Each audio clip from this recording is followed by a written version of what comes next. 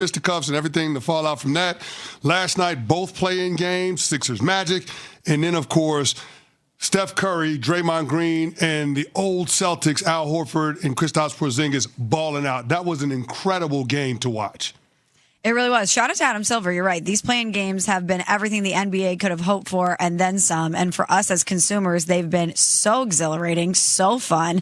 And I love to see vintage Golden State Warriors. When we just heard Steve Kerr in the intro there saying, for one night, we feel like champions, that felt like watching the Golden State Warriors in their heyday. Watching Steph, after having this injury, come back and play that way. Watching Draymond play the way he did last night, the defense, it was vintage Golden State Warriors, and it was awesome to watch. Yeah, no question about that. It's Golden State, as I mentioned, down as many as 13 in the fourth. They win the game. Steph with 35 in 36 minutes. CeCe mentioned those old Celtics. Porzingis 25 and 5. 20 points, 5 rebounds, 5 assists. Al Horford, the 4 threes in the fourth quarter, as you mentioned. 4 overall, 14 points. Goes to the locker room in the third quarter of this game. Banged up, comes back out and was awesome. But the storyline really was Draymond Green's defense on Kawhi Leonard and his ride-or-die teammate, been there through it all, Steph Curry, and his head coach, Steve Kerr, had this to say about the unbelievable defense from one Draymond Green in this play-in game last night. Just a defensive savant when it comes to being in the right place at the right time, fully committing to what the job is. It's not a fun job. Hello, it's your favorite sports thunk here. You know, like you're saying, offensively, you have your freedom. You can do whatever you want, make or miss shots, whatever. Defensively, you're at the mercy of somebody like a Kawhi Leonard who is going to make you work all night. And I think Draymond, he feeds off of those battles, those matchups. Dre's defense, he's the best defender I've ever seen in my life. It's just insane what he does out there.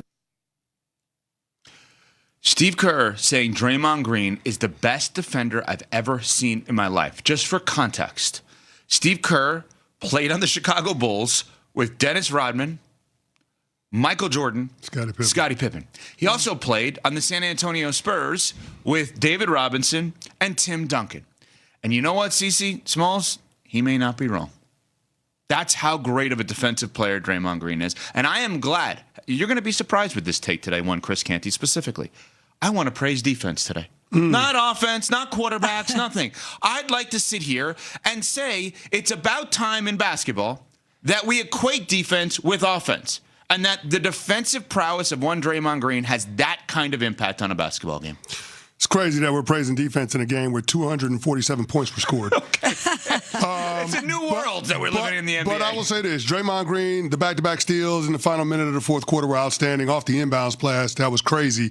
But then he takes it up a notch, ripping Kawhi Leonard on the way up the floor. It leads to 2 Steph Curry field goals. He was awesome. And not just defending, but also playing point forward and facilitating on the offensive end as well. But I don't think we can dismiss any of the efforts from all of the guys that we just mentioned, right? Because that win doesn't happen if Steph Curry doesn't drop 35 points. It doesn't happen if Kristaps Porzingis doesn't have a turn back the clock type of performance. And it doesn't happen without the big shots that Al Horford made in the fourth quarter. There was a stretch in the middle of the fourth quarter where Al Horford hit 3 straight threes.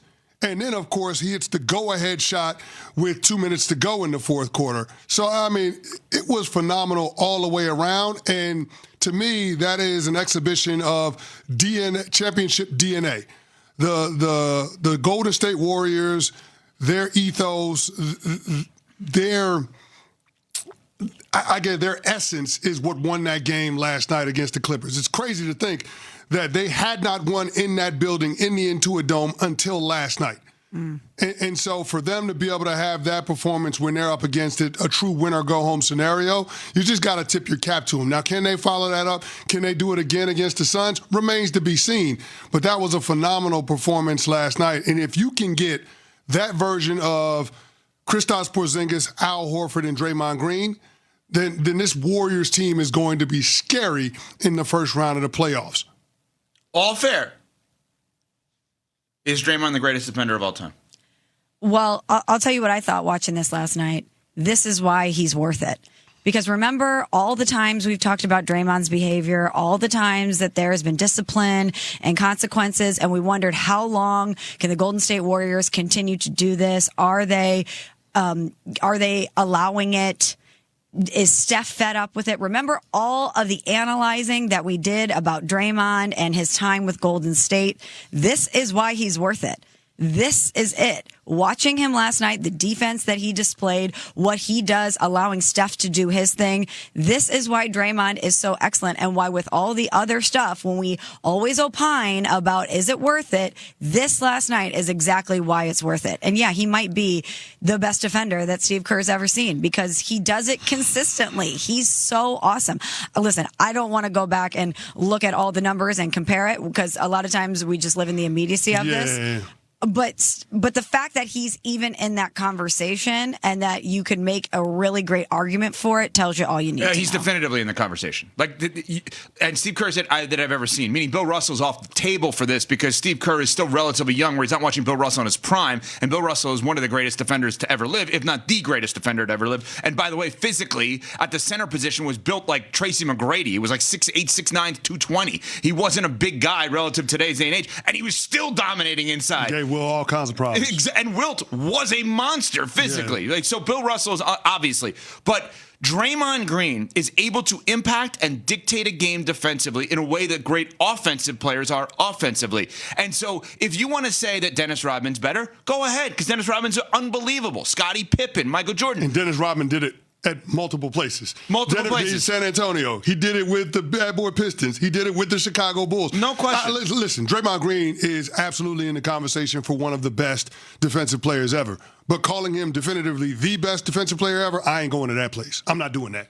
I'm not doing that. But his defense and his winning will get him in the Hall of Fame. No question. But Cece, you and I are in agreement on this. A lot of people look at the Basketball Hall of Fame and say, oh, it's cheap. Look at this guy. That guy gets in, whatever it is. This is not a cheap Hall of Fame induction. This is a guy that definitively deserves to be in the Hall of Fame because guess what? Defense is important in basketball, and he's one of the greatest defenders to ever live. And he deserves to walk into the Hall of Fame for moments like that last night. And Kawhi Leonard is not a good player. Kawhi Leonard is a great player. And Draymond Green was able to lock him up last night in a way that is abnormal for someone that great. And you talk about championship DNA, that man, Kawhi Leonard, has that. He has that. Now, the other part of this is what's next for the Clippers, okay? By the way, well, they may be, I understand the Clippers are not the Lakers, breaking news. The Clippers are not the Dallas Cowboys, breaking news. But this offseason in the NBA, they may be the most interesting team. Why? They don't have their draft pick. Who gets it? Oklahoma City. And it can't be any worse than the 12th overall selection. Which means you're going to add greatness to Oklahoma City, and they're already great. Yeah, now, and guess what? Oklahoma City used the 12th overall pick once upon a time to draft Jalen Williams. How'd that work out? So Sam Presti knows what to do with a 40 lottery. points in the NBA he knows Finals? what the hell to do with a lottery pick. So great job, LA Clippers. Way to keep the Thunder dynasty rolling. And the Thunder have that pick by way of the Paul George trade, which is a requirement to get Kawhi. Now, I'm glad you brought Kawhi up. Thanks. There's a whole investigation going on with Kawhi. Did he receive funds to circumvent the salary cap? Post-game, Kawhi Leonard was asked about when was the last time you thought about that scandal that was going on. I'm not sure. I never thought about it too much other than questions asked. So you have to ask the NBA, not me. I'm not the one doing the investigation. How important is it for you to have some kind of resolution to that? I think that we're going to be in the clear, like I told you before. So I'm not stressing it. All right, I know I'm mincing words here. Saying we're going to be in the clear is a lot different than saying I'm innocent, isn't it? Yeah. We're going to be in they're not going to find what we really. No, we're in the clear. We're in, Nuno, you are our shady insider. Nuno, is saying we're in the clear innocence, or they ain't going to find what they really need to find? Yeah, they're not finding the evidence. We're good. That's what he's telling you. Smalls, you took it the same way because I heard you laughing at that. We're in the clear line with Kawhi? I didn't think about it until you said it, but okay. then once you said it, I'm like, wait, yeah, if I say we're in the clear, that means I got away with it. Not that I didn't do it. And let's be clear. It's not like he's hurting people. It would be salary cap circumvention for a fake endorsement deal. People have done a lot worse in life, but it is technically illegal within the sport. You're shaking your head and laughing. Why, CC? Because it's criminal that he's getting all of this money based on his salary, but also on top with this endorsement deal. And Steve Ballmer ain't getting what he's supposed to get out of the deal, which is contention for a title. This is his last game with Clippers. His choice or their choice? I'm sure they would love it to be. I don't think it will, but I'm sure they would love it to be. How has the Kawhi Leonard deal benefited the LA Clippers outside of hype?